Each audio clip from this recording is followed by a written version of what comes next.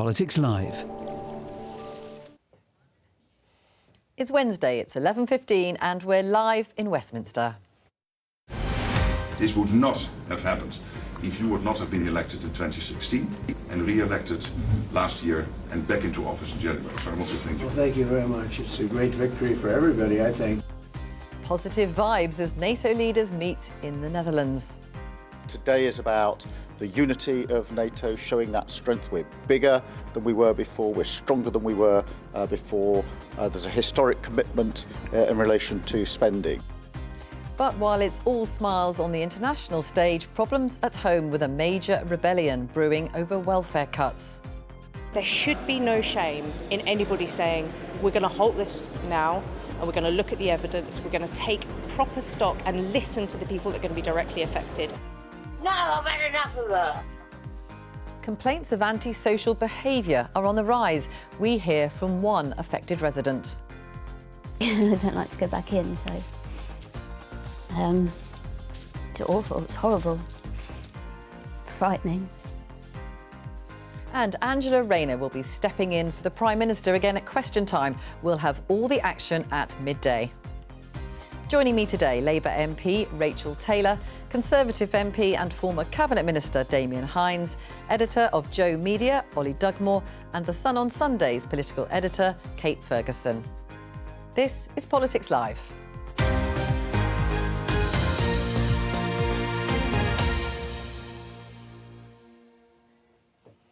Now, as we've seen there, NATO leaders have gathered in the Netherlands and they are expected to commit to spending 5% of national output on defence. And we know that these Western leaders have all had to navigate their relationships with Donald Trump. They're obviously trying to keep him on side, trying to keep him on the side of NATO. I want to show you some texts which were sent by Mark Rutte. He's the Secretary General of NATO. He sent these texts to Donald Trump and the President then published them on his Truth Social account. This is what Mark Rutte had to say. He said, "Congratulations and thank you for your decisive action in Iran. That was truly extraordinary and something no one else dared to do. It makes us all safer." And then on defence spending, he said, "Donald, you've driven us to a really, really important moment for America and Europe and the world. You will achieve something no American president in decades could get done. Europe is going to pay in a big way, as they should, and it will be your win." Now, Mark Rutte might not have known those texts were going to be made public. He says he's perfectly happy about it. What do you make of what he was saying there? Well, first thing I would say, it probably slightly defeats the point of using an encrypted app with disappearing messages if you're going to post them to your main social media feed immediately afterwards. Rutte might be slightly disappointed that Trump has done that, and slightly mortifying as well, I guess, to just share your private messages. But it is interesting, isn't it, to see a politician not only sort of fawning over Donald Trump, but literally employing his own sort of language and methods of communication, the capital letters. And I think you can see the sort of the gap, the rift, if you like, between a political leader like Mark Carney, who is very happy to pick a fight with Donald Trump, versus someone like Rutte, like Keir Starmer, who are playing him very, very differently. And obviously, as time goes on, we'll be able to tell which of those is more effective. And do you think they're succeeding in keeping Donald Trump on side? Obviously, you know, stumping up more cash for defence is something that he wanted, and they do seem to be doing that. Yeah, I mean, like, text like this is just the art of diplomacy, isn't it? I was going to disagree with you. Any journalist will know that MPs' messages and WhatsApp chats are liable to be leaked, so you should always be wary what you put in a chat. But anyway, I mean, look, this, that's our stock in trade, but sometimes get added to the group chat, actually, in one case, yeah. Look, Mark Rutte's playing it right here. He's echoing Trump's style, but he's also, you know, you've got to keep Donald Trump on side. We can't go it along. America are by far NATO's biggest backer. We would be nowhere without them, so they have to keep him on side. This is just good diplomacy. Now, I want to play you this clip of President Trump. This was on Air Force One on his way over to the Netherlands. Are you still committed to Article 5 of NATO? It depends on your definition. There's numerous definitions of Article 5. You know that, right? But I'm committed to being their friends. You know, I've become friends with many of those leaders, and I'm committed to helping them. Now, that was the President there talking about Article 5, which is the founding principle of NATO. So if one member is attacked, then the others come to its defence. You're a former security minister. I mean, what did you make of what Donald Trump said? It didn't sound like he was wholeheartedly behind it. Well, look, NATO is our absolutely fundamental bedrock of our defence and security in this country, and the United States is the indispensable ally. And this summit that's happening is very, very important. And the principle of Article 5 is very straightforward, is that we act as a unit, and if one is attacked, then that is as if all had been attacked, and that principle stands. And we'll see what else comes in the Well, he didn't seem to be agreeing with you there. I mean, we'll see what was. Look, this is a very important summit. It comes at a time. Obviously, we're in an uncertain and dangerous world, and a time of rapid change. I think the opportunity for these leaders to come together in this way is very important. We'll see what comes later in the summit. Rachel, do you think that NATO can still rely on the President and on American backing? Yeah, I mean, President Trump has made it very clear in the Oval Office with Keir Starmer that he supports Article 5.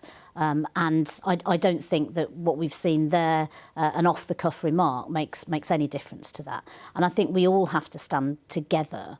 We are in a very difficult situation globally, and we have to get behind NATO and make sure that our country and others are safe, and that we protect countries against attacks from others, and standing firm on that. And I'm really pleased to see not just our government but also the opposition standing with us on these important security issues. Well, let's pick up on a little bit more of this with our political editor, Chris Mason, who is out at that summit.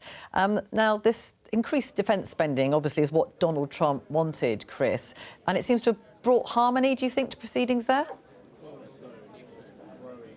Broadly speaking, I think, Vicky, yeah. I mean, look, the backdrop of this, as your reflections in the last couple of minutes have highlighted, is the perennial questions of what might Donald Trump say or do next. Much of the choreography of this summit has been built around mitigating against that. The whole thing's been shrunken down pretty much to a morning session that is going on right now, because if you only have a morning session, then the President can't leave early, as he managed to do from the G7 get-together in Canada last week. On the big picture funding question, it has been a genuine kind of foreign policy triumph for Donald Trump, going back to his first term, where he made that consistent argument about Europe failing to sort of pull its socks up as far as combined defence expenditure was concerned. He carried on making that argument. There was an acceptance in Europe that basically he was right, and then a combination of a second term and then the security backdrop of Ukraine in particular has led other members of NATO to broadly step up to the plate. Now, yes, there's this decade of finding the money, and there's some creative accounting about what counts as 5% of national income, particularly the 1.5% that's badged as resilience and security. But on that broad-based argument of are NATO members beyond America doing enough, particularly some in Western Europe, there's been an acceptance that the argument from Donald Trump was right, and broadly speaking, the UK and others are stepping up.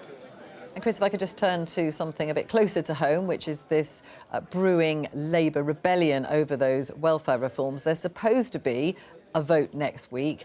I mean, is it possible that the government can go ahead with this? I think it's entirely possible that anything could happen with this, and the government is looking at this rebellion that is getting worse from their perspective. You know, so cabinet ministers have been hitting the phones and pressing the flesh and twisting arms and trying to make the argument. And what has happened since they've been doing that? The numbers have got bigger. It's without question the biggest challenge to the Prime Minister's authority from his own backbenchers since the general election. And as things stand, the two facts cannot coexist for much longer. Fact one is this bill as it currently stands and the prospect of a vote on it next Tuesday. And fact two is a opposition that is growing sufficiently big that it could comfortably now beat the government in that vote. So you've had Rachel Reeves on the phone making an argument about how necessary these measures are, about how expensive already the benefits system is, and by the way, it'll continue getting more expensive even with these measures. It's just about slowing down the rate of increase. You've had Jonathan Reynolds, the business secretary, talking about his own family experience, his own personal experience. His eldest son, Jack, is severely autistic and is a recipient of the personal independence payment. And the argument that he's been making to colleagues is that you've got to have a sustainable welfare system into the medium and long term to offer protection for those who really need it, whilst trying to encourage others into work. So the persuasion is really underway from the top and around the cabinet table. But it's not working. So confronted by that as a Prime Minister, what on earth do you do? They are staring now at the prospect of having to backtrack, having to delay. Are there sufficient concessions they could possibly grant that would be anywhere near enough? At the moment, that doesn't look likely. So there's a crunch point coming, and it's coming pretty soon. Okay, Chris, thank you very much indeed for speaking to us from the Netherlands. Rachel, 120 of your colleagues have now signed this amendment, which would effectively kill the bill, would stop these welfare changes. What are your views on it? Well, firstly, I'm not here to say how I'm going to vote on this bill. But what I will say is that it just isn't sustainable that we have 1,000 new claims for PIP every single day. And that cannot keep continuing. And many of those are from people who potentially could work if there were measures to help them into work. And I think as a government, we have to make sure that we're working with businesses. We have to put those things into place. I mean, only yesterday I was conducting a round table with people from the freight and logistics sector. And we were talking about the jobs that were there for people with neurodiverse issues, for people with disabilities. But equally, there was an acceptance that they needed to do more to encourage and facilitate working. But on the other hand, I think we have to have a system that is affordable for those people who will always need help from a benefit system. And I know many disabled people who I'm pretty certain will retain those benefits because of the level of their need. But we won't be able to afford that if there are people who we're continuing to support who could be helped into work. So we need to have a system but this that message protects isn't the most vulnerable. It's not getting through to lots of your colleagues. We spoke yesterday to one of your MP colleagues, Jen Craft, and she said that she just couldn't vote for something which would make disabled people poorer, and many of your colleagues feel like that. Well, I think they haven't in some ways taken into account some of the other measures that the government has already announced, like making sure that every child of a parent on universal credit will be getting free school meals. I don't want to see disabled people in poverty. I don't want to see those continual reassessments that disabled people have to go through that very often are carried out online or on paper, and they're not even met in person. And that's just totally degrading. And someone, for example, who is an amputee with multiple head injuries doesn't need to be reassessed on a continual basis. And we've also had a system that hasn't worked for disabled people. I talk to my local Citizens Advice Bureau, and very often that first claim for PIP is denied, and then with their help, around 80% are overturned. So there's something is not working with that system, and it hasn't been working for the last 14 years. It sounds like you are in favour of what the government's trying to do. I don't want to see disabled people denied a benefit that they desperately need. I am still talking to my constituents. They are still sharing. Are you talking to cabinet ministers? Have any of them rung you? I have a meeting set up later today with Liz Kendall, and I have a number of issues which I will be speaking to her about and asking for her reassurance on. What are you particularly worried about? I think it is particularly making sure that we don't see disabled people and their children pushed into poverty. And I want to see how some of those questions on the PIP assessments will work and how that might impact on certain people. And I've got a few scenarios that constituents have put to me that I will be discussing through with her. So you're still undecided in I terms of your need vote? those reassurances before I can put my name to something. Look, I didn't become a Labour MP at the last election to make disabled people poorer in my constituency. That is not what I'm here for. And I think it's very clearly not what any of us are here for.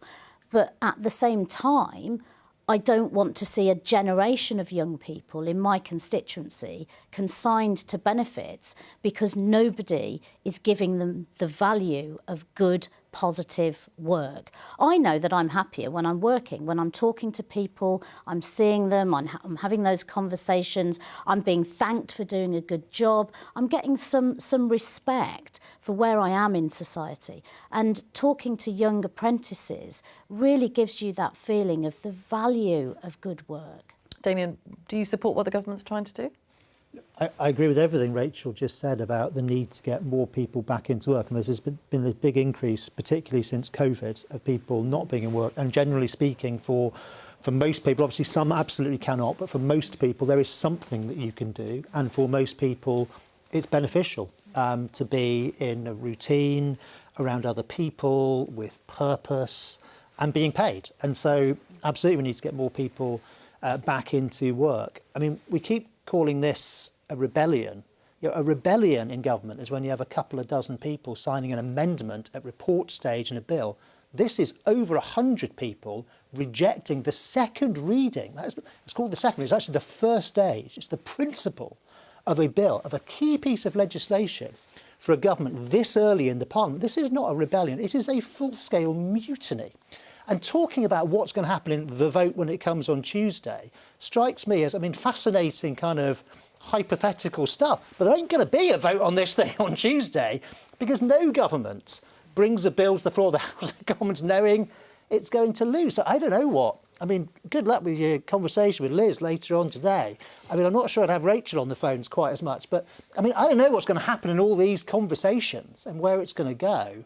But this is awful. It would be difficult to overstate how awful this is for the government and what it says for the management of the party, of the team, that it's come to this. What, Rachel, respond to that? Obviously, MPs can complain privately to the we're not even a year into this. To put this their names, not to even sign a piece of paper, Let Rachel come back. rejecting a key piece of legislation is unbelievable. Rachel? Look, last week I introduced an amendment to the Policing and Crime Bill. And 104 MPs signed that amendment. And that was to equalise how we treat hate crimes in this country, so that all hate crimes, as currently defined, are treated as aggravated offences. Now, as a result of putting that amendment forward, there were constructive conversations that took place. The amendment wasn't separately voted on, but I had assurances that the government was going to bring forward my idea at the next stage in the Lords. So we never know how processes will actually play out. But I think as a backbench MP, you have to have a facility to be able to put forward your ideas. And very often that is by doing rejecting a second reading. Yeah, but Damien, welfare changes, as you know, are difficult to do. Now, your party is saying you're going to make £12 billion of cuts. Well, how are you going to do that? So, look, we were very clear. This was true at the election as well. We did say, and we still say, that we need to make savings. Yeah, but you can be saying it, but the detail, where are the details? And we're also willing to work, by the way, with the government. Kemi Badenoch has set out 3 key conditions for us working with the government. Well, she says she wants more cuts. We need to bring the welfare bill down. How? As you rightly said in your... I'll happily come on to that because it's a fundamental point. But I was trying to finish the previous point. We need to bring the welfare bill down. Even with this package that the government is bringing forward that its own party is rejected, that wouldn't actually reduce the welfare bill. It slows the growth a little bit in the welfare now come on to the we detail. need to get people back. OK, we need to completely rethink the way we do healthcare in this country. So, typically if you go to see a doctor, it's like the question is, did you get signed off or not? Did you get signed off sick? Actually, for many, many people, getting into work is the thing that's going to be good for their health. We have a thing now called social prescribing, which I'd like to see expanded massively to help people on that journey and working with job centres, with those first steps that people can make to get into some purposeful activity. It might even be work. And is that going to save money? Is that going to save money? Absolutely. But presumably not straight away. And is it going to save £12 billion, as you've promised? It's already helping because we've put in place more doctors, more appointments, so people can be treated and seen earlier and get back into work quicker. So that's already happening with the measures that we've put into place. Well, most things take longer than a year. year to make happen, is the truth. And there's lots and lots of things that the government says is not its fault because it's only been in a year. But funnily enough, with the extra doctors and the extra appointments and the extra work supporting people as well, that has all been done miraculously in no time at all. In reality, of course, a lot of these things are ongoing. And it is, I think, Rach and I would absolutely agree, we need to support people back into work. So that's what the government says it's trying to do. So will you support it next week? Well, as I was saying to you, Kemi Badenoch has set out very clearly three conditions. But as I also said, I think it's a little bit hypothetical to say on this bill as it's presented on Tuesday, but if you're are you then going to going to vote be yes or no? Because there ain't going to be that vote. But if you're going to be voting against something which is £5 billion worth of cuts, how can you then credibly say you're going to make £12 billion worth of cuts? Well, that is, with respect, that is a non sequitur. All the time in Parliament, we vote against something that has one particular number attachment in favour of something else. But I didn't say we were going to vote against. We accept that you have to do difficult things, in fact, to control, to bring down the welfare budget. But it has to be an integrated package. It has to have that support. And by the way, we know some of the good work that DWP can do, what work coaches can do, supporting people out. The big missing link for me right now is what more we can do with the health service. Okay. To make sure the health service is oriented towards helping people. I want to know what these two think of what you've heard. Look, I think a lot of what both Rachel and Damien have said is right. You know, it's pretty unprecedented. We're not even a year into this Parliament, and a challenge to the authority of both the Chancellor and the Prime Minister on this scale is extraordinary. I think if Starmer's government sort of had more of a guiding political project, then maybe it wouldn't find itself in situations like this, where it's trying to, as Rachel said, you know, do Labour MPs seek office in order to make poor disabled people poorer? I don't think a single one of them does. Crucially, though, I think this is a conversation about political choice, and it connects to our conversation to start with about NATO. You know, if we can find the extra percentage points to get us up to 5% of defence spending, why are we also talking about £5 billion of welfare cuts? And it's very revealing about a government and a political party about who they choose to shoulder that burden. Because I would make the argument that there are people in our society, wealthier people in our society. Wait, you're going to say wealth tax, aren't you? I mean, a wealth tax is one mechanism. It's like on the bingo card every time. Yeah, well, inheritance tax, land value tax, there's a million different ways you can achieve it. And people keep banging on about it because it's a pretty obvious idea that people could adopt if they wanted to. Kate? I think it's a real shame for our country and for the people on benefits themselves that it has ballooned so massively. We've become kind of the sick man of Europe. Our bill has ballooned in a way no other countries in Europe has. These two are right. There's dignity, there's pride, and you get better, you're healthier, you're happier, you live longer, you're more prosperous when you're in work. Those are things to be proud of and embrace and try and encourage in this country. It is also true this is an astonishing challenge to Keir Starmer's leadership, to have this scale of rebellion just ahead of his first year anniversary. Last year, he was the King of Parliament, delivering this kind of super landslide majority, and it's clear that already his relationship with a lot of his backbenchers are pretty shattered.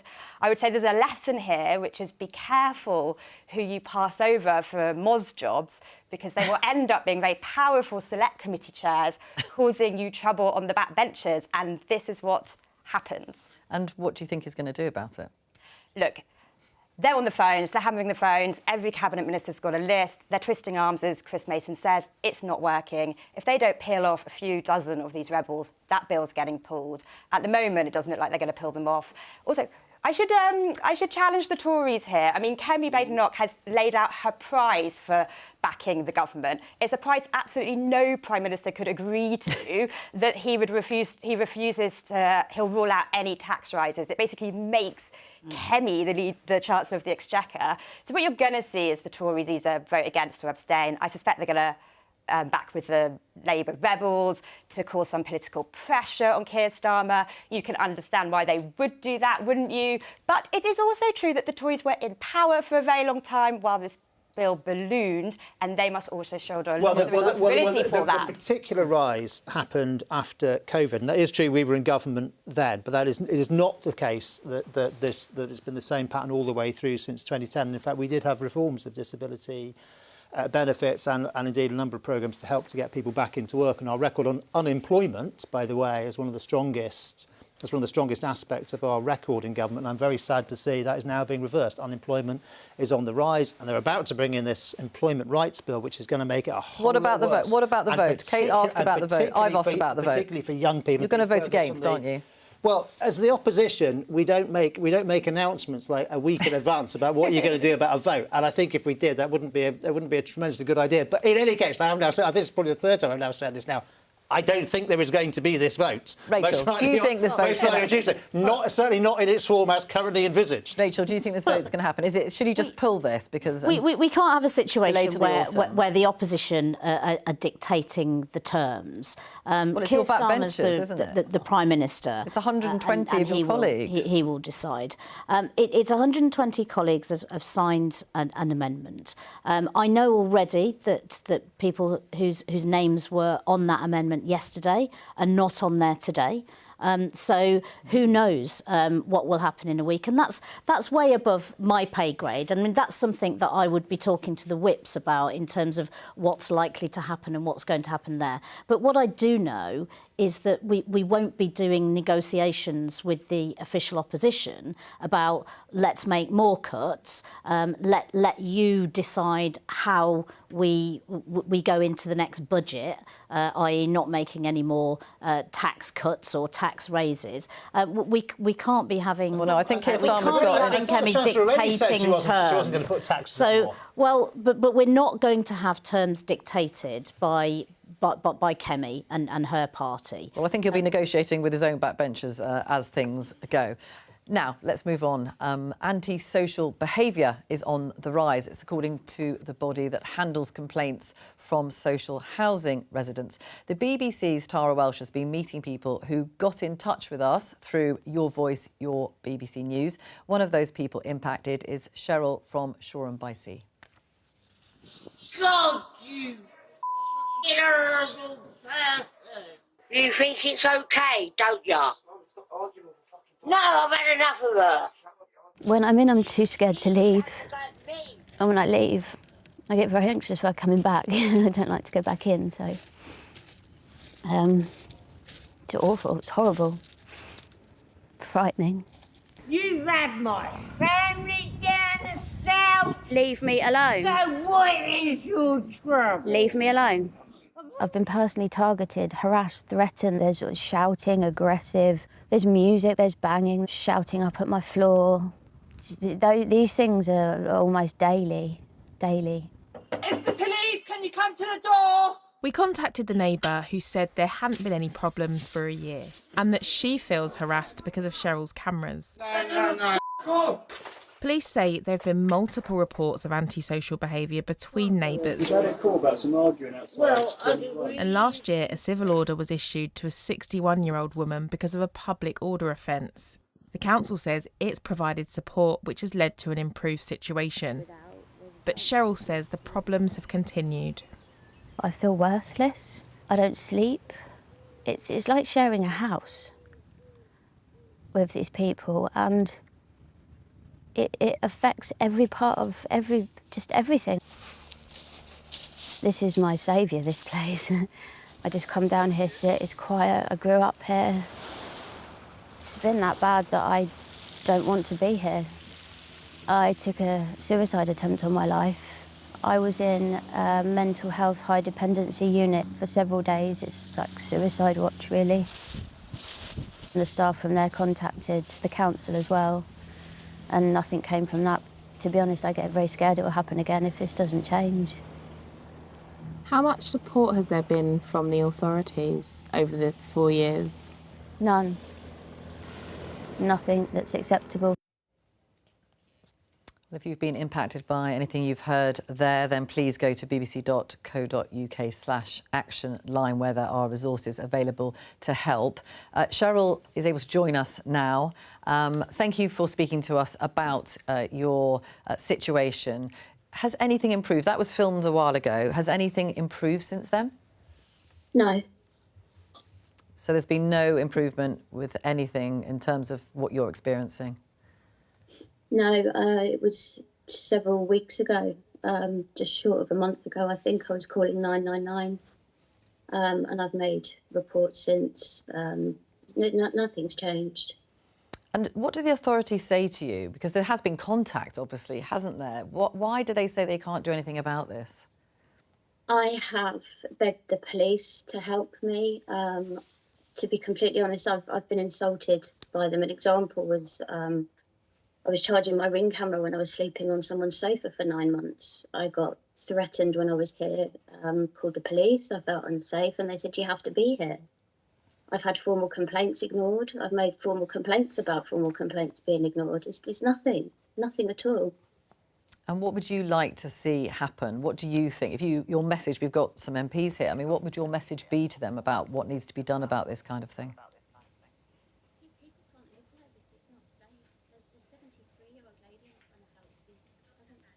I think we've just lost your sound there, actually, Cheryl. I'll come back to you in a second. I mean, this is a very distressing story, and she's not alone in this. I mean, what can be done to stop antisocial behaviour like this? The system isn't working, is it? Well, first of all, I'd like to say to Cheryl, I'm really, really sorry about what's happening to you. And to anyone up and down the country who's suffering those sorts of problems. We don't want to see that happen, and that is why we've introduced the new respect orders. But I think what's even more important is for people like Cheryl to have a named officer who is dealing with her case, where she has their telephone number and she can get in touch with them straight away. But we have to have tough measures to deal with people who make people's lives a misery. And I mean, we've introduced a number of measures. I mean, my constituents tell me constantly about the electric bikes and scooters and off-road bikes revving up in their neighbourhoods. We've introduced measures where we can take those bikes and we can crush them. And I think that, alongside the new respect orders... Can you just explain respect orders to some people and how they will work? I mean, I think what will happen is these are for persistent offenders. So there will be powers to move people and to say you cannot be in this area, for example. So in my area, for example, one of the things was somebody who was constantly drinking, shouting at people, threatening them in our market square. And now we've got a situation where the police are able to move that person away from that area, so people feel that it's something that they can go and enjoy in the sunshine now, without those problems. So, but these are very real problems for people, and that's why we've increased the number of neighbourhood police officers, because we recognise that people can't be expected to live like that. It leads to mental health problems, and it leads to people taking time off work and all sorts. And I don't want anybody else to have to put up with those problems like Cheryl is describing. Well, I think we've got Cheryl's sound back now. Cheryl, you were explaining to us what you would like the authorities to do about this. I have a PCSO, but to be completely honest, I'm being ignored completely. I think the sound has gone again. That's a shame. Sorry about that. Damien, you must have constituents who have this kind of experience. You might be living next to somebody and, like she said, it's like sharing a home with these people. Yeah.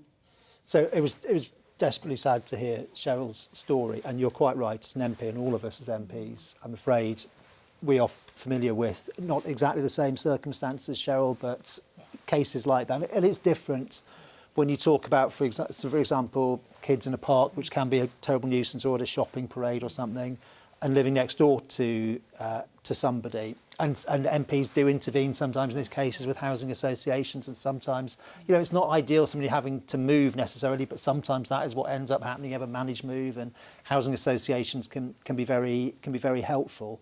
I'm not sure there is like a single perfect answer. I mean, respect orders is the latest thing, but they're already, you know, different. There's antisocial behaviour, civil injunctions. So what is it? Is it that the police don't have time to deal with this? Well, or there's an unwillingness to deal with this? So, like I say, I'd love to be able to sit here and say there is something. If only somebody gave more attention to it, or whatever. Obviously, that is very important, and it's sad to hear that Cheryl doesn't feel that she's always had that respect and attention, and people should do. It is important to have ideally named officers. And in Hampshire, where my constituency is, that's what the Police and Crime Commissioner, Donna Jones, has made sure has happened, that we have local bobbies and people know who it is. Do you think it makes a difference? I think it does make a difference, but I don't think it would be right of either of us to sit here and say, you can pass a law in Parliament or you can do some reorganisation or whatever, and you will get rid of,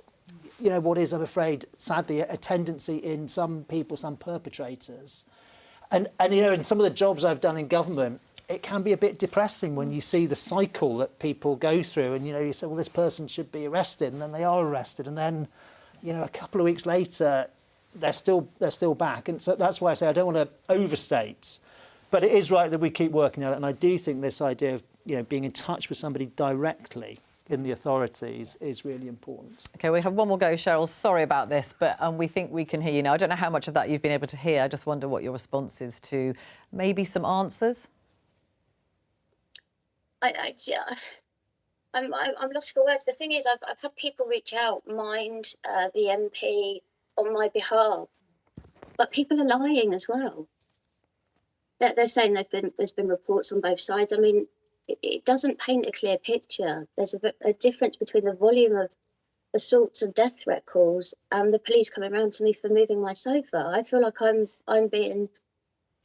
I've just found it shocking, appalling and disgusting. I have someone I can contact and I'm being ignored. I'm left in the same state. I'm sorry. I don't know what else to say. Do you want to answer that, Rachel? I think, it's very difficult for any of us, I think, to sit here and be able to solve Cheryl's problems. We don't. Help that they're giving me. But I think it is going to improve the situation to have those named police officers. But we have to be working with our social housing providers as well, and looking at those rules, and if necessary, then we have to be tough about those things. But it's a very difficult problem to solve. But I have every sympathy with Cheryl and all the many constituents of mine that suffer the same problems. Ollie, what do you make about this? Well, in Cheryl's case, it seems relatively clear-cut to me that what she's experiencing certainly is criminal. If we're talking about death threats and harassment on the scale that Cheryl's describing, then for me it far surpasses antisocial behaviour, which in the sort of, I would not put it in the same category as, children in parks or, people riding scooters. There seems to be a separation between those two things that I think is very important for us to have. To sort of zoom out a little bit and try and talk about why it's happening, I don't think, all of the measures that you guys have referenced, welcome, beneficial, absolutely no doubt. There is something deeper happening, right, in British society, that there is this kind of deeper rot, if you like, where our worlds are increasingly defined by suspicion, fear, even a sense of like melancholy, anxiety, the fact that your own neighbours are kind of accosting you in the way like this, that trends all the way through, I would say, like shifts in ideology towards a slightly more individualised, atomised society, which is only being made worse by our over-reliance on social media platforms. The fact that people no longer socialise in person, right? They inhabit digital worlds where they don't speak to each other anymore, and possibly, a degree of conflict de-escalation may have been possible in Cheryl's situation a few decades ago in a way that it's not now. Equally, if someone is on substance abuse, I don't want to make any sort of aspersions about the person that Cheryl's dealing with here, but if you're addicted to certain substances, it might be alcohol, could be hard drugs, why are these people seeking escapism from their lives? And to be blunt, but they might need treatment as well, which may not be available to them. A respect order might not fix those things. Yeah, I mean, that was obviously a harrowing case we just heard. I just think that but you're right. We agree on something rarely, I'm sure, but there's one thing we can agree on, and that does sound to me totally criminal. And I'm really sympathetic to Cheryl when she says she's contacting the police, the authorities. She's obviously getting kind of just fobbed off, and then they're coming back and saying, oh, but we've got complaints on both sides. Well, any confident, clear police officer will be able to tell who is the kind of nightmare nuisance and who's just kind of hitting back because they've been complained about. Every police officer should be able to do this. I don't know the circumstances of this case, so I will speak more generally now. But if you have people acting like that in social housing, they should just lose their social housing. I don't think it's about a sort of postmodern atomisation of society, I'm afraid to say. I think this is about totally bad criminal behaviour that should be addressed. And if these people need to go to prison, they need to go to prison. It's very simple in my book. I don't think she's spending too much time on Twitter, this woman. The police, the Ada and Worthing police, have responded. They told us that it understands the impacts of antisocial behaviour on victims and all reports are taken seriously. It said it had engaged with all parties involved, including the local authority, to identify a satisfactory resolution. And Cheryl, just before you go, do you have a final thought about what you think should be done? What would you see as a solution? Not just in your case, but maybe more widely. I've seen the way that these people their actions aren't punished at all. There's nothing happens. There's nothing to deter them from doing it again. And it's down to the people not doing their jobs properly that are allowing it to happen. I don't even blame. I mean, I'm suffering from PTSD from this now, and it's because these people are allowing it to happen. Nothing has been good enough. Nothing. And the lies when people reach out to try and help for me, they're not even allowing other people to help me. I just find it disgusting. I don't know what else to say. Well, thank you very much, Cheryl, for telling us. Thank you. Thank you for telling us your story. And we're sorry about the sound issues we had, and we hope that your situation is resolved soon. Now, Wimbledon starts next week, which means Politics Live will be on air at slightly different times over the next couple of weeks. These are the times next week, so put them in your diary. You can see that we're on air much earlier on Monday, Tuesday and Thursday. On Wednesday, we are on air at the usual time of 11:15. Now, Prime Minister's Questions is coming up soon. Keir Starmer, of course, is away at the NATO summit in The Hague, as we saw. You can see what's going on in the Commons now. But relatively soon, Angela Rayner will be stepping in for him the second week in a row, because he was away in Canada last week at another summit. And on the Conservative side, it's going to be the Shadow Chancellor, Mel Stride, who is going to be at the dispatch box. So we'll be bringing you Prime Minister's Questions live at noon. But before that, we want to look at what some MPs have been up to in terms of raising issues, going out and filming themselves doing this. Let's take a look at a clip from a video posted by the Shadow Home Secretary, Chris Philp, on his X account. As Shadow Home Secretary, I received reports there was illegal working going on at an asylum hotel in central London by illegal immigrants. So I decided to go around and check it out. So we're at the hotel here. You can see there's a lot of Just Eat bikes here, a lot of Deliveroo bikes, loads of them, 1, 2, 3, 4, 5, 6, loads and loads of these bikes here. They look as if they're being used for delivery company work. And the Labour MP, Mike Tapp, where he's got his own film as well. Let's have a look at a bit of that. Smashing criminal supply chains of equipment and boats requires close working relationships with our neighbours. This government has delivered new international agreements with Germany, Italy, Serbia, the Balkans, Iraq, all vital for smashing those small boat supply chains.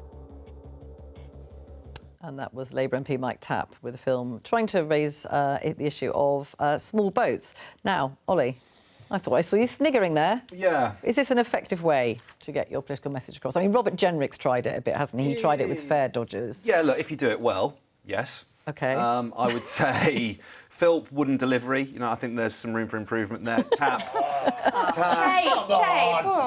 Tapp, I think, I'm not so sure, sort of looked like an amateur sort of sealed knot impersonator of a kind of British general in the Second World War. Look, Politics Joe, which you and I started, we've been publishing social video for years now, and it's great to see the MPs are finally catching on. It's actually an effective way to communicate to people. You're offering some media training at this point? My rates are very reasonable, Vicky. Look, I think, you know, social media is real. You know, there's a reason Elon Musk bought Twitter. It has a bearing on the real world, and I think if you look at, you know, recent failed Tory leadership contenders, Jenrick might want to learn a few lessons from. You look at someone like Rory Stewart, right, who now has a platform where he has a direct line to millions of voters to opine about the issues of the day and let them know what he thinks. if you are an MP, that is an incredibly valuable thing to have. And likewise, you know, the videos that these guys are publishing on social media, Jenrick in particular, I think when he publishes one, he sort of inches closer and closer and closer to that leadership job that he actually wants. He's a correct aspect ratio away from getting it right, I think. They absolutely have a bearing on the real world, and they're an excellent way to communicate. You can often reach so many people by a sort of order of magnitude, 10 times, 100 times what they're able to reach in traditional outlets. So, yeah, OK, if the delivery's not great, it's good that they're trying, and I'm sure they'll get better. Kate, good that they're trying? I mean, look, applaud the effort. I mean, I knew Rory Stewart would be your favourite Tory. Anyway, Robert Jenrick's a brilliant. Robert Jenrick is obviously living rent-free in other people's heads. I think we're going to see more MPs try this. I disagree. I thought Mike Tapp looked good out spotting boats. And I should also give a shout-out, because Chris Philps' video, we've got an investigation into that's been running in the Sun this week. That is this migrant hotel in central London where the Deliveroo bikes have been stored outside and the illegal working's been happening brazenly. So the Sun has also done an investigation there, which I should shout out. But look, MPs need to engage with people. You're going to find them trying new ways. Good for them, because they need to stay relevant. Mate, do you have any films planned? No, I mean, what this looks like to me is the next Conservative Party leadership contest. What do you think about by social media videos? You never know. No, I think we're talking here about Robert Jenrick's videos and Chris Philps' videos. I mean, Chris Philp didn't do anything about that illegal working when he was in government. So it's pretty rich now to be going into someone else's constituency and recording videos of bikes outside rather than actually reporting it to the government and standing at the dispatch box saying Prime Minister's question. On the other hand, about to begin. Let's go over to the chamber. My right honourable friend, the Prime Minister, was attending the NATO summit in The Hague. At this time of international volatility, we are working with our allies to de-escalate the tensions in the Middle East and to ensure the conflict does not intensify further. Our aim continues to be preventing Iran from securing nuclear weapon and to urge the Iranians to return to negotiations. Mr. Speaker, the situation in Gaza remains the gravest concern. Seeing the return of more hostages' bodies and that of Shay Levison and the Israeli with British family is heartbreaking. The remaining hostages must be released, and while aid must be delivered at greater speed and volume. Mr. Speaker, this week is Armed Forces Week. Our commitment to armed forces is unwavering. The Strategic Defence Review outlines how we will give our armed forces better pay, better housing and better kit, and I pay tribute to their commitment, bravery and selflessness. Mr. Speaker, this morning I had meetings with ministerial colleagues and others, and in addition to my duties in the House, I shall have further such meetings later today. Mike up. Thank you, Mr. Speaker. The party opposite gave up on law and order. They betrayed our country and let criminals run riot. Now they desperately post wannabe superhero videos, shamelessly pointing at the problems that they created. But last week, Mr. Speaker, they had the chance to put it right. And what did they do? They voted against tough action on knife crime, on antisocial behaviour and on violence against women and girls. Does the Deputy Prime Minister agree that they should hang their heads in shame for failing to protect our streets? Order. Spoke to government responsibilities, not the opposition. Let's come to Mel Stride. Thank you, Mr. Speaker. Mr. Speaker, it is a pleasure to stand opposite the Right Honourable Lady. Despite what many may think, we have a great deal in common, not least that we both viscerally disagree with the Chancellor's tax policies. And it is great to see the Right Honourable Lady standing in temporarily for the Prime Minister for the second week running. Although I know there are many sitting behind her who wish this was a permanent arrangement. Indeed, Mr. Speaker, you will find many of their names amongst the 122 who've signed up to oppose the government's welfare bill. They say that the bill is dangerously rushed and ill thought through. So can the Right Honourable Lady explain why she thinks that she is right and 122 of her own colleagues are wrong? Deputy Prime Minister. Well, first of all, Mr Speaker, it's nice to face the latest wannabe at your dispatch box. I'll tell the right honourable member why we're pressing ahead with our reforms, and that is because we're investing £1 billion into tailored employment support, a right to try to help more people back into work, and ending reassessments for the most severely disabled who will never be able to work. Mr Speaker, we won't walk away and stand by and abandon millions of people trapped in the failing system, left behind by him and his colleagues. Well, Mr Speaker, the right honourable lady completely sidestepped my question. She can't even defend her own government's policy. Can she at least assure the House that the vote on Tuesday will actually go ahead? Deputy Prime Minister. Mr Speaker, I don't know if he sort of listened to what I said because I was reading off the script, but what I can tell him, and I don't need the script, we will go ahead on Tuesday. Well, there you have it, Mr Speaker. There will be a vote in this House on Tuesday on the welfare bill, although many on the backbenches could be forgiven for thinking they've heard this before with the winter fuel payment, where they were marched up the hill, and we all know where that story ended. But, Mr Speaker, on this side of the House, we are absolutely clear. We will help her to get their bill through if they can commit to actually reducing the welfare bill and getting people off benefits and into work. Can the right honourable lady make that commitment right now? Yes or no? Well, if ever we needed a reminder of the party opposite having no shames, it's their demands for this bill, Mr Speaker. He demands a programme to help people into work, exactly what this bill does. After he left 1 in 8 young people out of the economy, he demands no new taxes from the party that raised taxes to record levels, and he demands further welfare savings, Mr Speaker, from the man who was in charge as the welfare bill absolutely belittled. They say cut welfare bill, they failed. They say cut people in work, they failed. They say no tax increases, they failed. Mr Speaker, I'm afraid the right honourable lady has clearly not read her own legislation. The bill will see the number of people on welfare rising for every single year going forward. There is no commitment from the right honourable lady to cut the number of people on welfare. And even if they manage to deliver these reforms, almost every respected economist now says tax rises are all but inevitable in the autumn. But after the budget, Mr Speaker, the Chancellor said, and I quote, "I'm not coming back for more taxes." Mr Speaker, British businesses have been hit again and again by Labour's economic mismanagement. They are desperate for certainty. So can the right honourable lady give them that certainty now and repeat to the House the Chancellor's promise not to raise taxes at the budget? Deputy Prime Minister. Well, Mr Speaker, this is a bit rich. Unbelievable.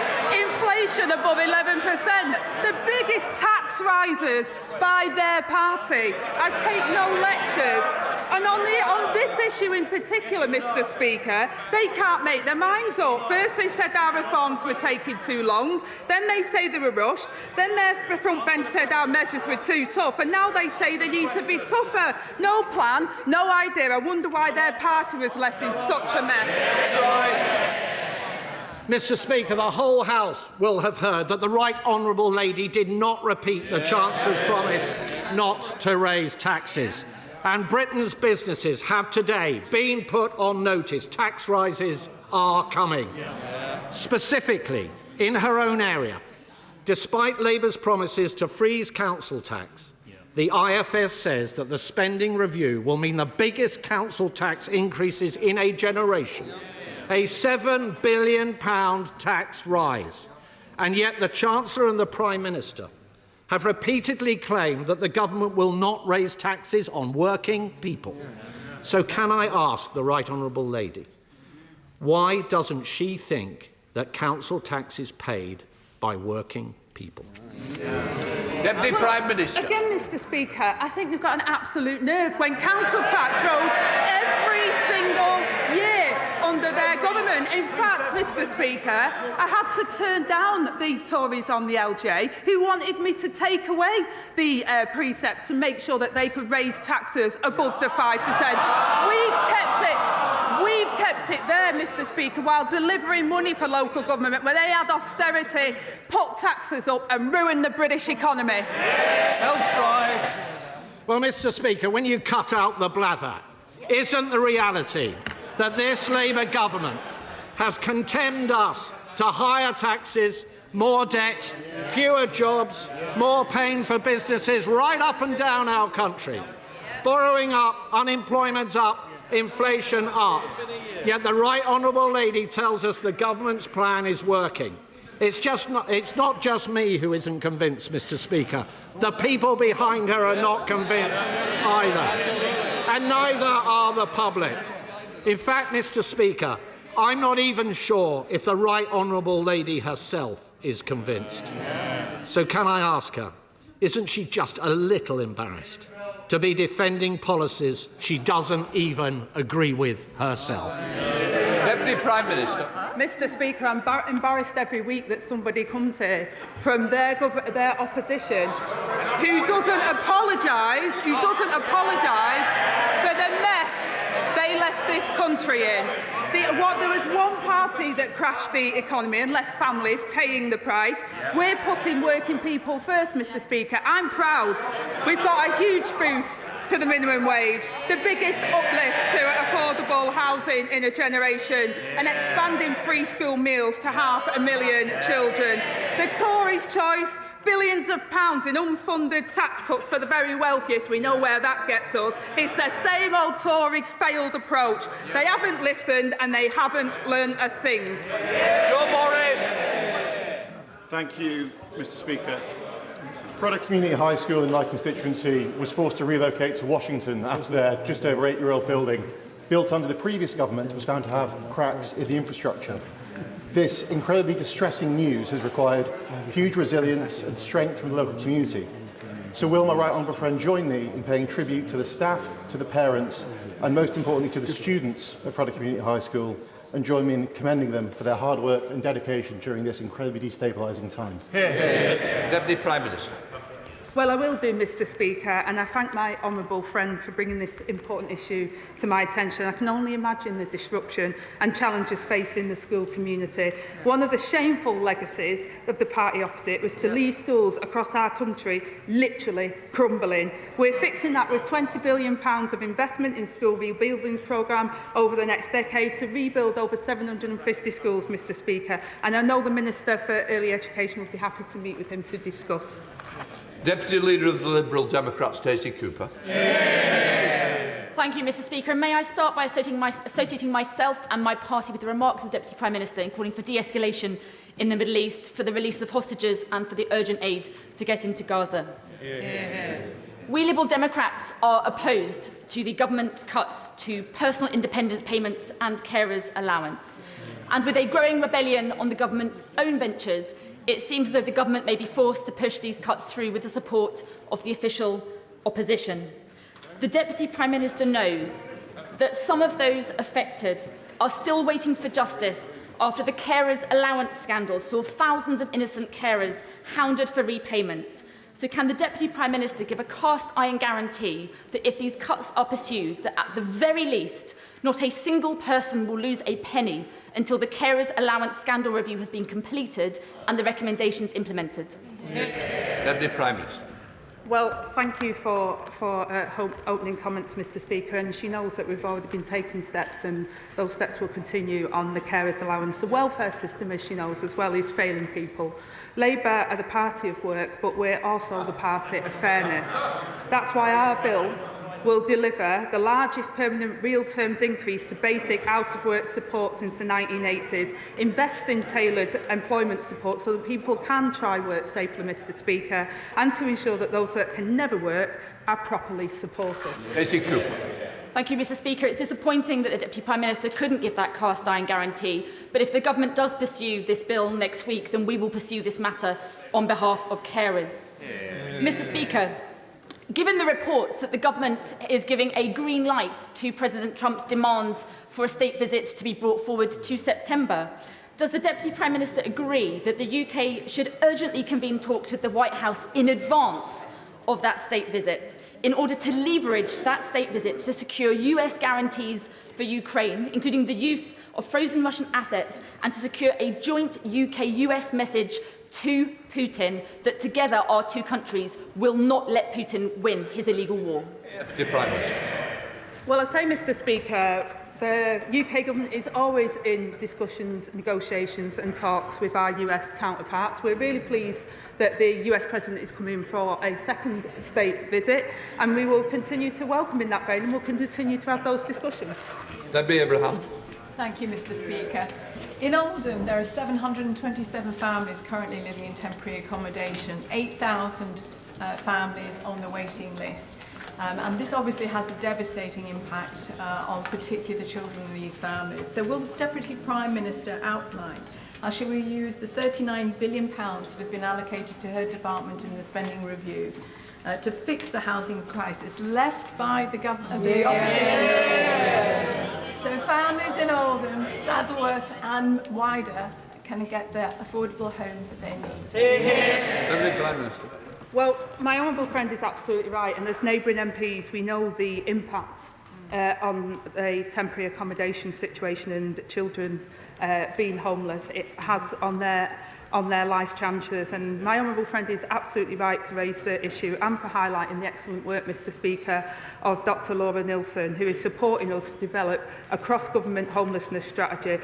All children should have a safe and secure home, and that's why I'm so proud that we've confirmed the biggest boost to social and affordable housing investment in a generation. We're getting on with the job of the mess they left behind. Gavin Robbins. Very much, Mr. Speaker, and can I identify my colleagues and I with the comments around de-escalation in the Middle East? The Deputy Prime Minister, I hope, will condemn recent disorder in the streets of Northern Ireland, as the Prime Minister and indeed my colleagues have.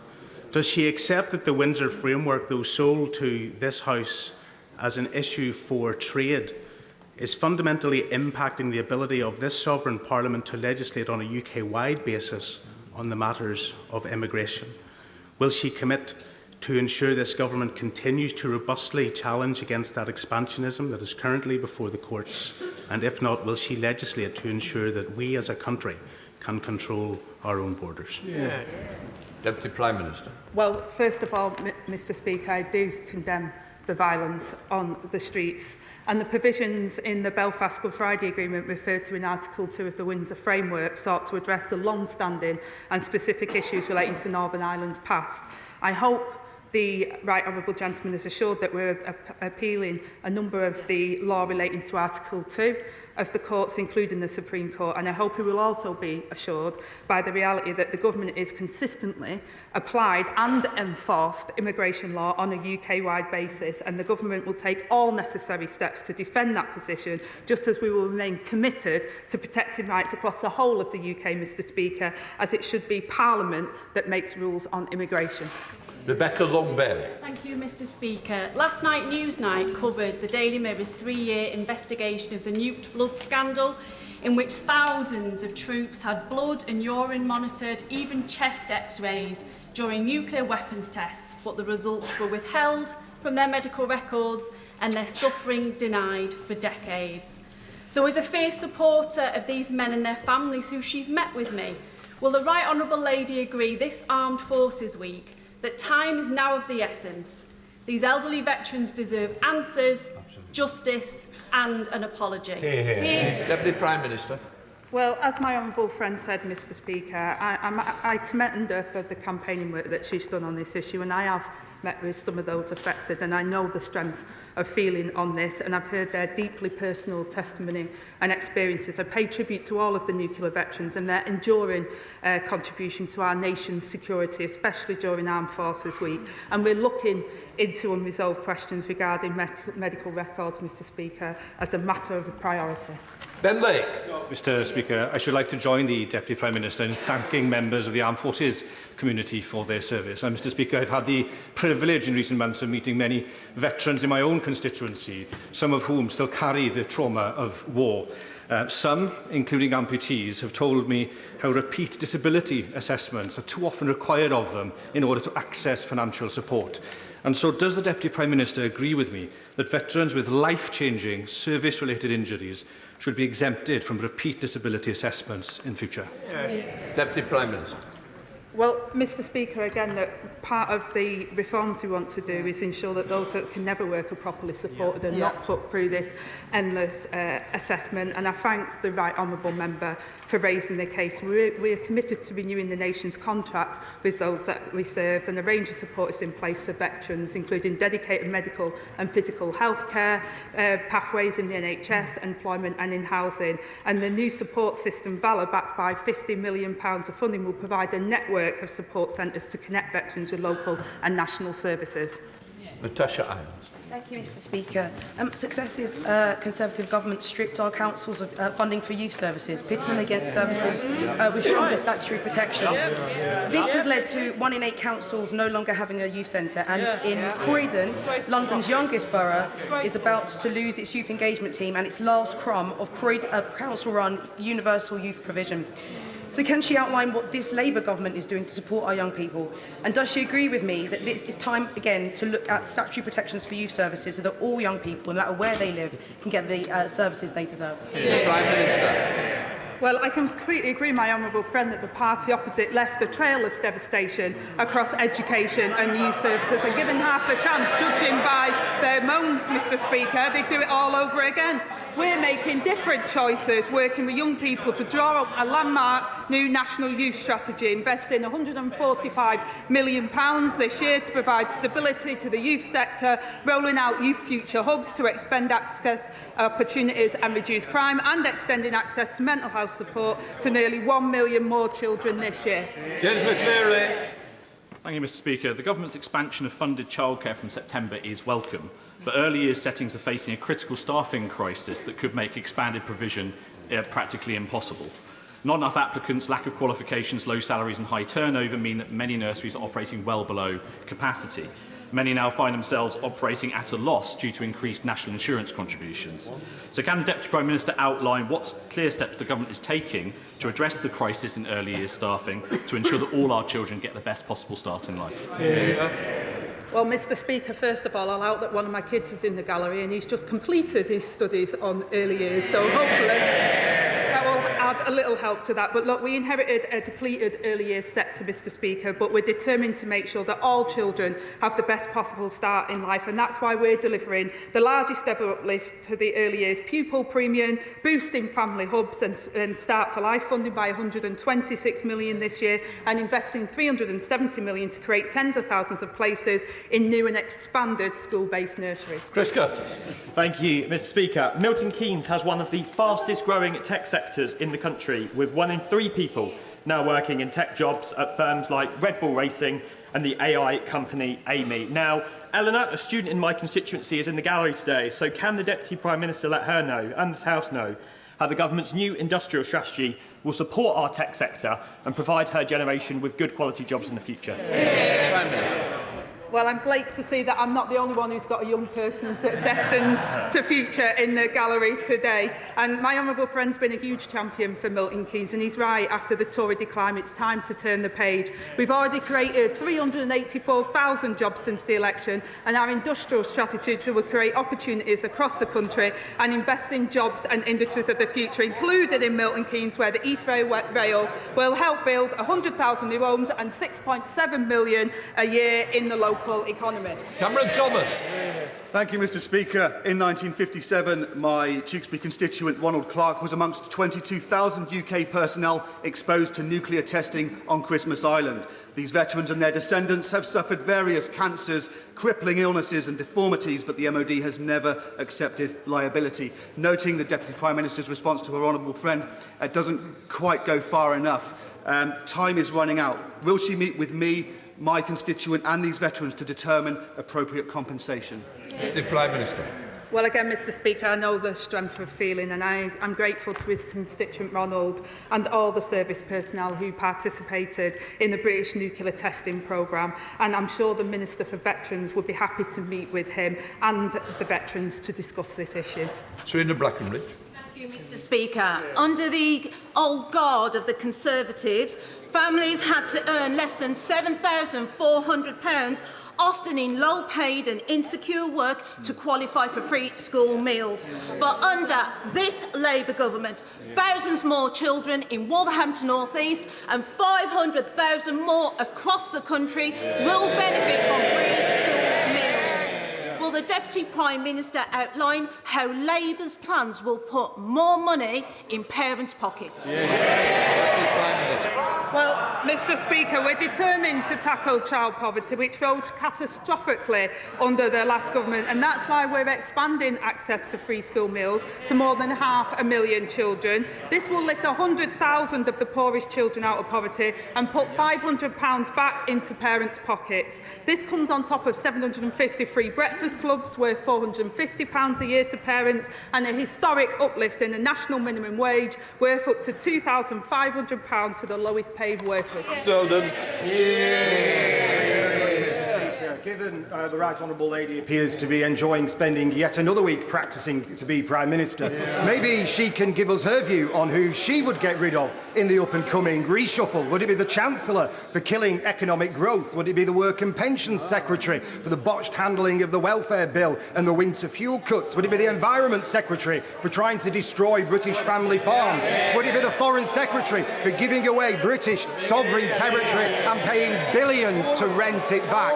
Or given the Prime Minister is now polling as having the most unpopular first year in modern British political history, would she do herself and the country a favour and tell him to show himself the door?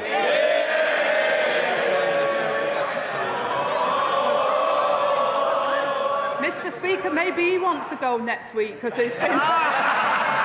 It's been quite the carousel, and the Leader of the Opposition said she was going to get better week on week. She already has in the last 2 weeks by not turning up.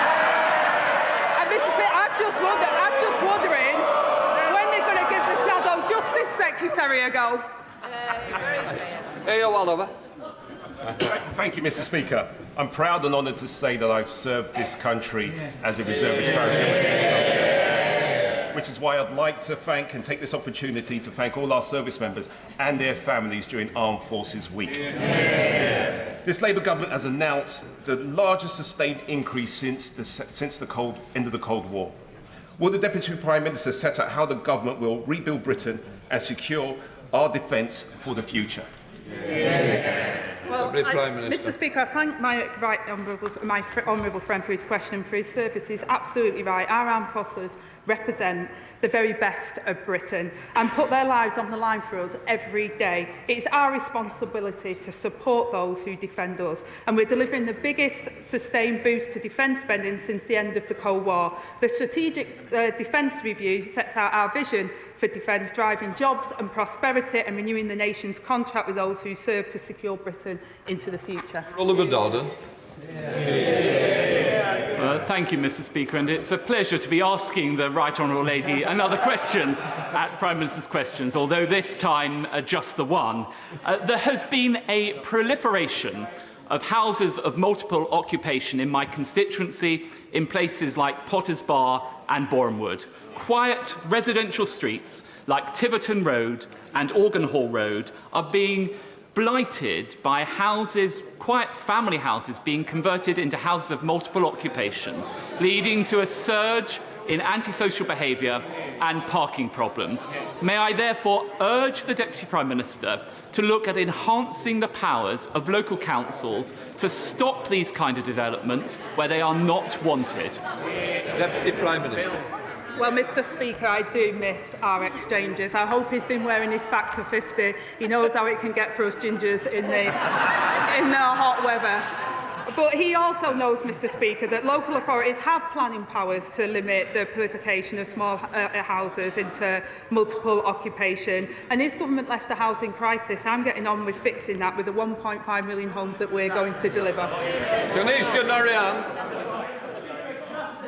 The member for Clacton put a singular burning injustice first.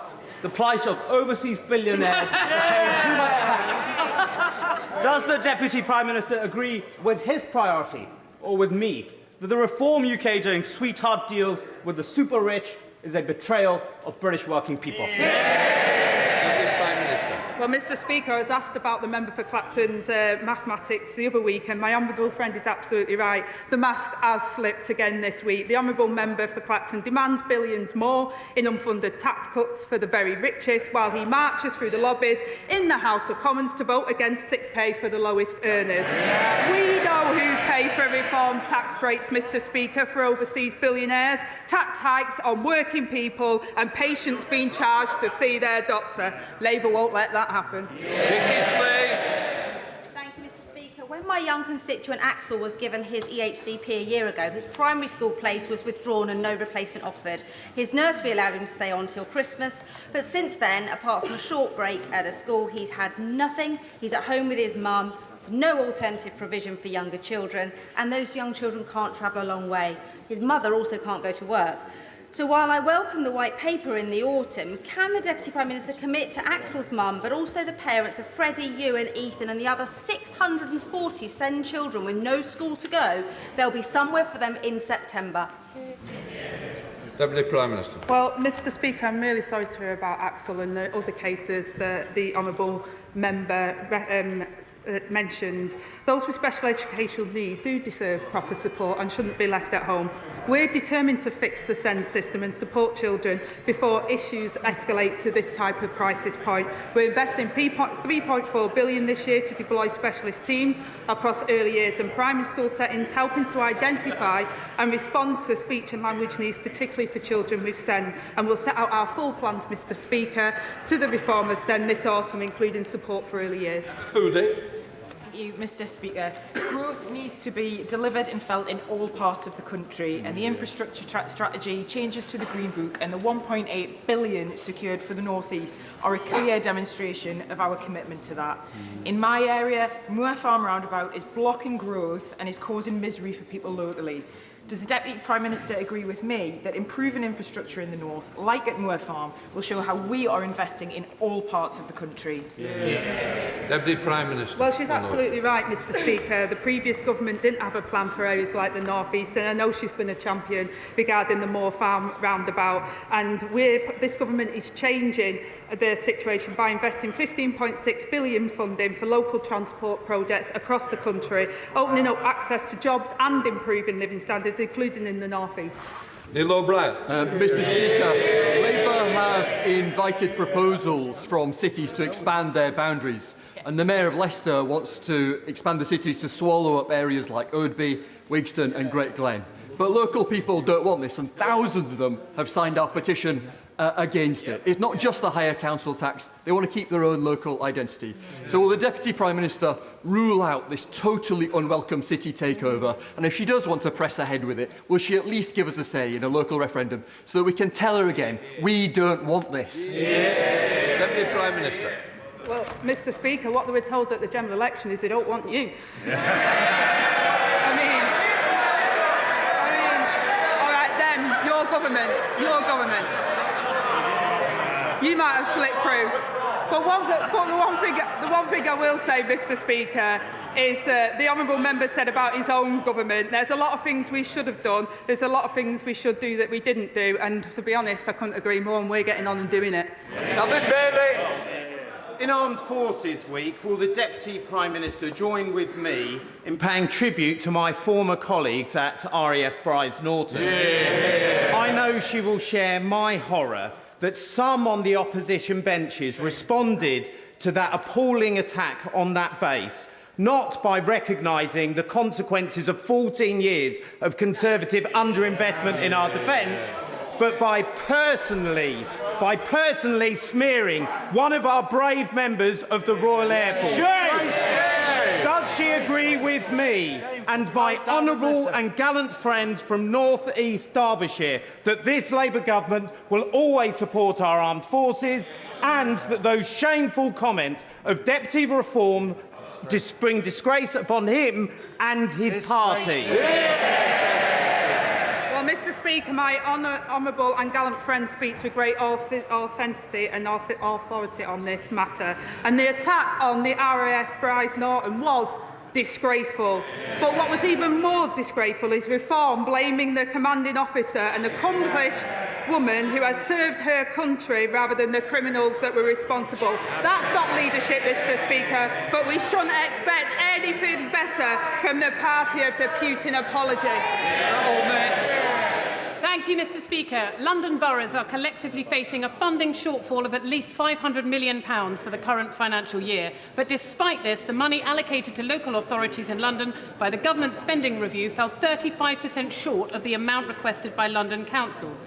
Now, under the government's planned changes to local authority funding, the two councils in my constituency, Richmond and Kingston, are set to lose out even more while the cost of funding local services continues to rise. Is it the government's policy that London residents should continue to receive ever-increasing council tax bills while their local authorities have less and less money to spend? Thank you. Deputy Prime Minister. Well, Mr. Speaker, what I would say is that we're fixing the foundations of local government after 14 years of austerity that was inflicted with the aiding and abetting of her party on local government in the past. We're putting record funding into local government and multi-year settlements to help them. We're helping local government where they ruined it. Elsie Blundell. Thank you, Mr. Speaker. Digital black spots are areas without good mobile broadband connectivity are holding communities back. In Middleton, an area my right honourable friend knows well as a fellow Greater Manchester MP, many local businesses and people remain cut off from the economic growth of the wider city region due to lack of mobile signal. How can we make sure that this government's mission to capitalise on the promise of technology is felt in all parts of the country, including Middleton? Well, Mr. Speaker, she's absolutely right. I've had digital black spots as well myself, so I understand the member's frustration. I would say to the member, the industrial strategy was launched this week, and there were some great ideas, and now we make sure we get super fast broadband everywhere, and that we can all use our phone, Mr. Speaker, to make sure we can get connected when they left us disconnected. Yeah. Final question, Jeremy Corbyn. Thank you, Mr. Speaker. Yesterday, 86 people were killed in Gaza by Israeli forces. A further 56 were shot dead whilst queuing for food to try to sustain themselves under the occupation of the Israeli forces. Israel stands condemned for acts of genocide, for war crimes, for their occupation of Gaza and their activities in the West Bank. So 2 points to the Deputy Prime Minister. Why does Britain still supply parts for the F-35 jets that have been used to take so much life in Gaza? And secondly, how is it that this country has got to this situation where we stand on the wrong side of international law when war crimes and genocide are concerned? So will she support my private member's bill calling for an independent inquiry into how our policies evolved into this parlous situation? Yeah. Prime Minister. Well, Mr. Speaker, Israel's recent action is appalling and counterproductive, and we strongly oppose to the expansion of military operations, settler violence and blocking of humanitarian aid. We have suspended FTA talks and sanctioned extremists supporting settler expansion in the West Bank, and it's a long-standing principle, Mr. Speaker, that genocide is determined by competent international courts and not for government. And we do not sell arms trades directly to IDF that might breach international humanitarian law. Right, that completes Deputy Prime Minister's questions. That brings us to the end of Prime Minister's Questions, with the Deputy Prime Minister Angela Rayner standing in and the Shadow Chancellor Mel Stride. Maybe not surprisingly, given that 120 MPs, Labour MPs, have now signed an amendment which would actually kill the government's plans to introduce welfare cuts. The Conservatives keen to talk about that. Mel Stride said that actually the welfare bill needed to be reduced further, and he said that the government should promise no more tax rises. In response, Angela Rayner saying that the welfare budget had actually ballooned under the last Tory government, as had tax rises. Let's introduce my guests for this part of the programme. Lisa Nandy, the Culture Secretary, Andrew Griffith, the Shadow Business Secretary, and Henry Zeffman, our Chief Political Correspondent. And Henry, interesting there, Angela Rayner, despite this full-scale rebellion, really, saying that this vote next Tuesday will go ahead. Well, she had to give a clear answer one way or the other, otherwise it would have sparked all sorts of additional confusion. But the reason she had to give a clear answer one way or the other is because, and I think we should stress this is the most serious crisis of Keir Starmer's year in Downing Street so far, and it is almost exactly a year. It's coming up to that anniversary. These welfare reforms are at the heart of the government's economic agenda, and they have made them a big part of their political agenda, their willingness to take tough decisions, as they put it, and so on. 120 of Keir Starmer's MPs disagree and have been willing to put in writing on the House of Commons order paper that they disagree. Now, Angela Rayner said that vote is going to go ahead on Tuesday. If you just look at the maths, it looks extremely plausible that the government would lose that vote. That is a staggering thing to say about a government which, less than a year ago, won a landslide majority. So what are the options? I mean, what, go ahead with the vote, hope you can persuade people between now and then? I mean, that's a big ask, isn't it? Or pull the vote, which is obviously not good either for the government. Yeah, I think those are pretty much the options. I mean, if they go ahead with the vote, and it sounds from what Angela Rayner said, and we should take it at face value, that they are going to go ahead with the vote, I guess it's one thing for MPs, especially new MPs, and a lot of MPs who've signed up to this amendment are new MPs. It's one thing for them to sign the amendment. It's another thing for them to be willing to walk through the division lobbies when, if it comes to it, the Prime Minister and other cabinet ministers will be making, I'm sure, passionate personal appeals to them. But it raises the stakes. I mean, if the government goes through with this vote and loses it, that would say really quite bleak things about Keir Starmer's authority within his own parliamentary party. So, Lisa, have you been given assurance by Number 10 that this vote is going to go ahead? Yes, and the Prime Minister couldn't have been clearer yesterday, and you just heard what the Deputy Prime Minister said. We intend to press ahead with it because we believe this is the right thing to do and has to be done. We inherited a situation in which 1,000 people are going on to PIP every single day. We've written off 1 in 8 young people, as the Deputy Prime Minister just said. What it's doing is eroding support for the benefits system. It's putting at risk those people who desperately need that support, who we are determined to protect and will continue to get it. And it's trapping people into a situation where the thing I hate most about the system we have at the moment is that far too many people who've been through it, including members of my own family, have said that it forces you to almost become a victim. It forces you to make yourself eligible when actually what most people want is the ability to work, the support that they need to be able to do it, and the right to live richer, larger lives that come with all of that. And that's what we're doing. That's why we're out making the case this week. And have that's you why been the Prime Minister has been clear. Have you been phoning round? Because I know the Cabinet Ministers have been asked to phone round and try and persuade people. Have you been doing that? I've been speaking to colleagues about this since we announced it last year. And what's the response been? Presumably not very positive. No, actually, I think the mood in the Parliamentary Labour Party is one of wanting to be constructive. The MPs who are elected in 2024 particularly have come fresh into politics wanting to fix things. And I don't think there is disagreement about the principles that people who can work should, that people who want to work should have the help to do so, and people who can't work should be protected. There is a lot of confusion around about what it is that we're actually proposing. Only 1 in 10 people on PIP will be affected by the changes that we're making in terms of the rates of support that they will get. And the biggest thing that we're doing in this bill, for me, is bringing back face-to-face advice, because that plummeted under the Tories. It used to be 7 in 10 people had a face-to-face advisor. It became 1 in 10, and very little in the way of specialist employment support. What putting that back will do, and all of the package around specialist employment support, £1 billion worth of investment going into that, will mean that people can actually deal with a human system that sees their own needs, their own complexities, their own circumstances. And I'm not surprised that people are anxious about reform. It's been a broken system for a long time, and people's experiences of it have been appalling. But that's why we're determined to grip it and change it, and that's why we're pressing ahead. Well, you spoke about some of the new intake, the 2024 MPs. One of them spoke to me yesterday about her feelings about this bill. This is Jen Craft. I'm a disabled person myself. I'm a carer for a disabled child. And my experience, as it will be the experience of a lot of disabled people, is that when times are tough, and times are tough at the moment, when, the government has difficult choices to make, we always seem to be the ones bearing the brunt. And I didn't get into politics to continue that status quo. So benefits that put disabled people at a worse off position is not something that I can vote for. I mean, the message just isn't getting through, is it? To dozens and dozens of your colleagues. Look, I think what Jen was saying absolutely bears out what I was just saying about the fact that people feel very, very anxious. This is a big reform. It's a long overdue reform.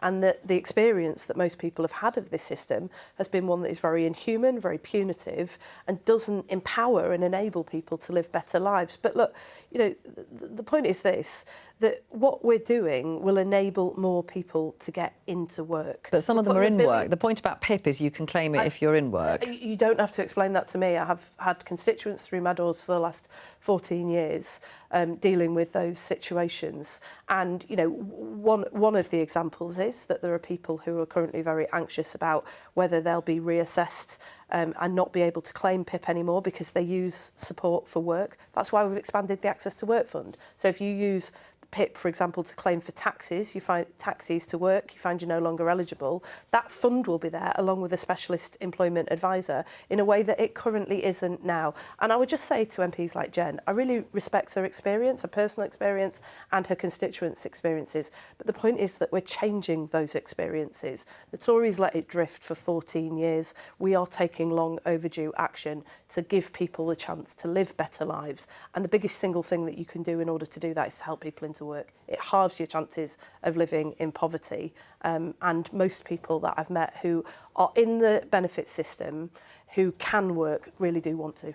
Andrew, what is your party's position on this? How will you vote next week?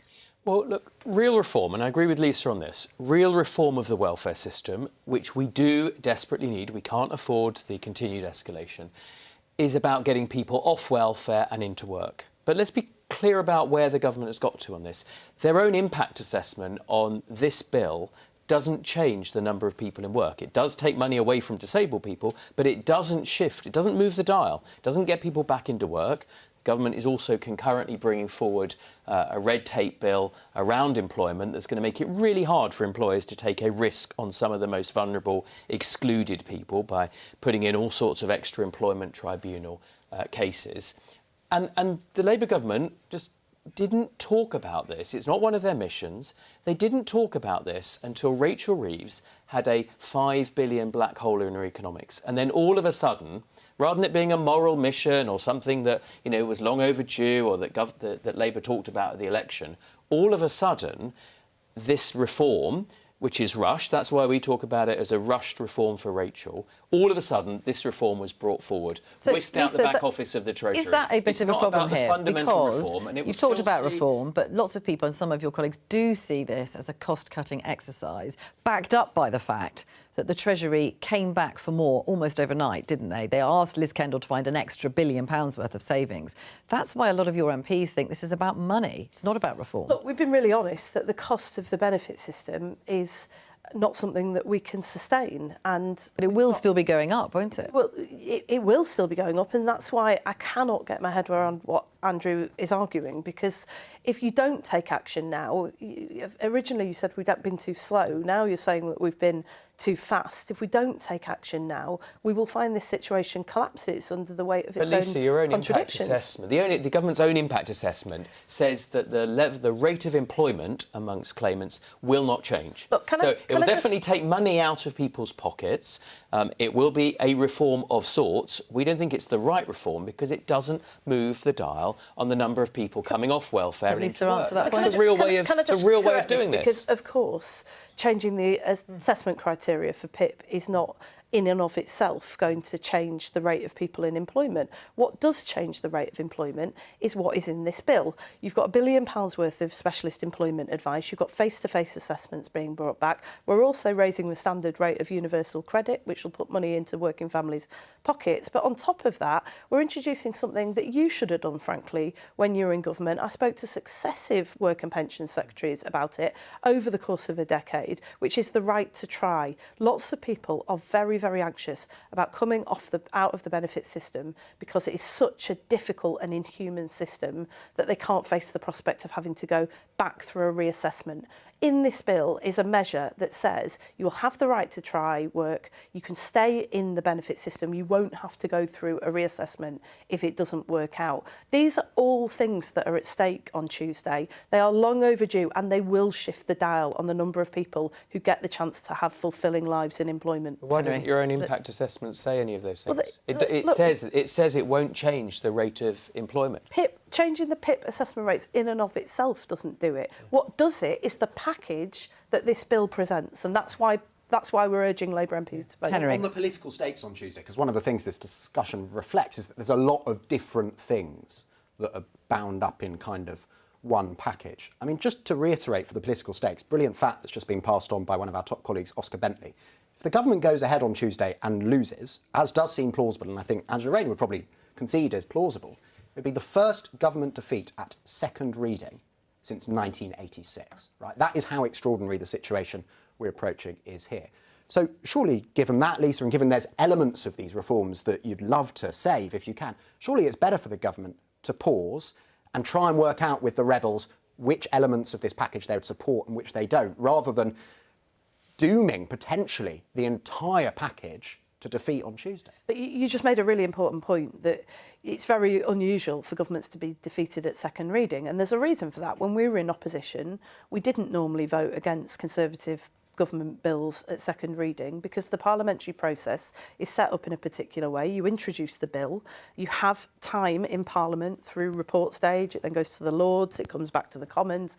You have many opportunities to debate what is in the legislation, to amend it and to come out with a better product at the end. And that would be my message to Labour MPs, is that there is a reason why there is a convention that you don't vote against these things at second reading, because it enables you then to work with what is there to protect what you support and to work on the detail to make sure that we come out with the best. So what will be the sanction for Labour MPs? At the moment, I've had plenty of them sitting there this week saying they will vote against it. What's the sanction going to be? Well, that's not a discussion I honestly know the answer to. It's a matter for the Chief Whip, and whipping arrangements are always a matter for the Chief Whip. So that's I'm confident that we are having good conversations, that we are right about the package of measures that we're proposing. I've had conversations with colleagues in recent days where they recognise the things that we were just talking about the bill that are really important. Surely you'd have to suspend these MPs. You have suspended others for voting against the government. I haven't suspended anyone. I'm not the Chief Whip, and these are matters for the Chief Whip. He will have to take a view himself about how best you uphold party discipline. But I'm confident that we are right about this, and my job, some of your colleagues collectively over the next few days is to go out and win that reform argument. of the welfare bill means putting more money in, not less. They want more money put in. It seems to be your poles apart. I don't think we are poles apart. So where does the compromise come, do you think? Well, look, I think we have to win the argument. Reform is always hard. People forget when Labour was last in power and we had a big reforming government, there were huge controversies around changes to the welfare system, and there were rebellions as well. And there will be. Of course there will be. I accept that. It's in the nature of parliamentary democracy. If change was easy, it would have happened by now. But as I said, we've had 14 years. We all accept that the system is broken and we've got to change it. And we were elected a year ago on a manifesto that had one word on the front cover, and that was change. We talked about improving the lives of disabled people, and we made growing the economy our #1 mission, with more good jobs and more people into work. And that's why we've got a responsibility to make good on that promise to the British people, and put in place measures that protect those who can't and support those who can. Andrew, we've heard the Prime Minister and the Deputy Prime Minister saying this vote is going to go ahead. So what is your party going to do? We've laid out tests, and we'll support the government if it can bring forward and convince us.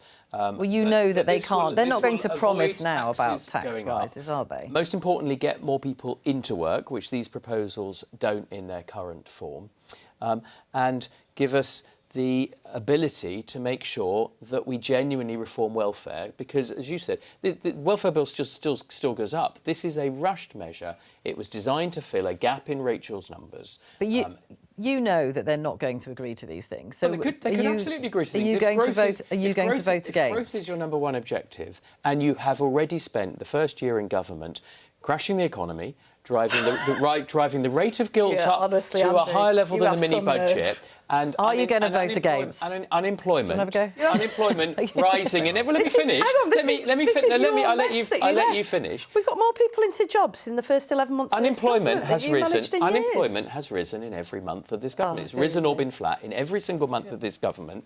And business organisations daily, and the Shadow Business Secretary, honestly, the brass every neck day, is breathtaking. business organisations talk about how they are reducing the level of hiring and reducing. You want to make £12 billion. Can you please tell us what your plan is? You want to make £12 billion worth of savings. Yeah, proper someone's reform. Going to lose out. Who's going to lose out under that? Well, we want to get more people into work. The key difference Which is between what the government wants to do. They want that, but that is not what this measure is. If you read the government's independent impact assessment, that is not what this set of measures in this bill does. So if the government come back and show us how they are actually going to get more people off welfare into plan, work, Andrew? that's the way to save money. How do you do that? What is your plan? Protecting the most... Genuinely, because if you have good suggestions, we would want to hear them. There you go. They want we laid out a very comprehensive set of suggestions, and I suggest the government spend the next few days reading them and then come back with a bill that reflects them more. Maybe you could bring them next reform time. of the sick note process. Making sure that people have, as Lisa's now copied, the ability to try work, the right to try. You didn't do it, though. That's the point. That's why we're having to do these things now, and yet you won't support them. You're in government now, and I'm glad that you've picked up that particular measure that we laid out as a piece of reform. I think it's likely that the Conservatives are going to end up voting against this because oppositions like to find ways to defeat the government.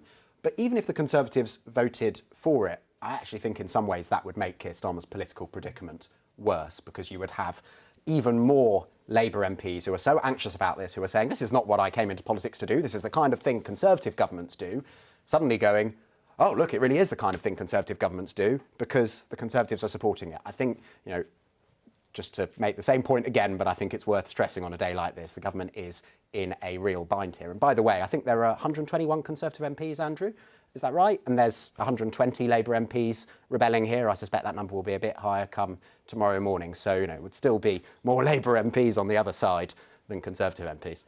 And you haven't answered me, £12 billion. Are you really saying you can take £12 billion out of the welfare bill and no one's going to lose out? That'll just be paid for by people going back, everyone getting back to work. People going back to work is the reason why the welfare bill has ballooned. It's not the rate of welfare. It's not the increase that people are getting. It's the volume, the number of people on welfare not into work, and that is the key thing. That proper reform of the welfare system, which I'm very happy to sit down with the government, the Shadow Work and Pension Secretary. I'm sure we'll happily sit down and talk through genuine proposals to get more people back into work. At the moment, why didn't you do it in 14 years? Let me finish. I mean, you didn't do any of this. Lisa, let me finish. You can keep repeating your lines on your 14 years. At the moment, the fact is that unemployment is rising. So each month that unemployment is rising, each month that more people on the government's own forecasts are on the welfare roll, of course the bill will go up. Of course the bill will go up because you need to have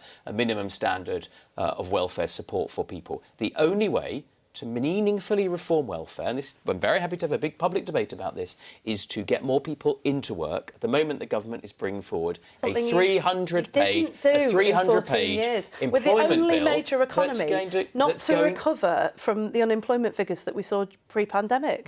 I mean, talk about the strength of your arguments, not try and talk across me. The government is bringing forward measures that will make that doesn't answer the question. Answer the question. Will make employment harder. Why didn't you do Every single business organisation, if you look at the Employment Rights Bill and what they've said about it, says that it will reduce the level of hiring. Now, Labour MPs have got particular affinities with trade unions. They support that bill. Lord.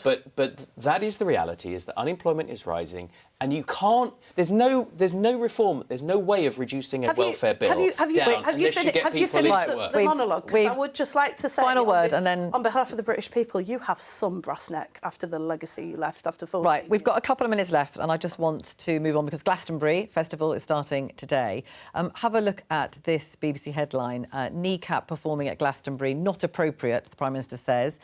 This is the band whose one of their members appeared in court last Wednesday charged with a terrorist offence after allegedly displaying a flag in support of the prescribed terrorist organisation Hezbollah. Lisa, you are the Culture Secretary. They are performing at Glastonbury. Do you think that the BBC should broadcast that? Their performance? Yeah. Personally, and I say this with the understanding that as the Culture Secretary, it's not my job to tell broadcasters what they can and can't show on TV, because that would take us to a very dark place as a country. But personally, I don't want to see that on TV screens. I agree with the Prime Minister very strongly. This is a band that has thrived on the oxygen of publicity, and as well as the terrorist offences, there have been very, very serious comments that they've made encouraging attacks on elected members of Parliament, not from my own party, but it is my job to stand up against that. It's horrific. So you don't want the BBC to broadcast it? I mean, personally, I don't want to see that on TV screens, but it is an independent matter for the BBC. That is my view. OK, thank you very much indeed. That is all for today. But I will be back next week at a different time because the Wimbledon tennis is starting. Oh, no, it's Thursday, tomorrow, 12:15. Join us then. BBC Two and on iPlayer.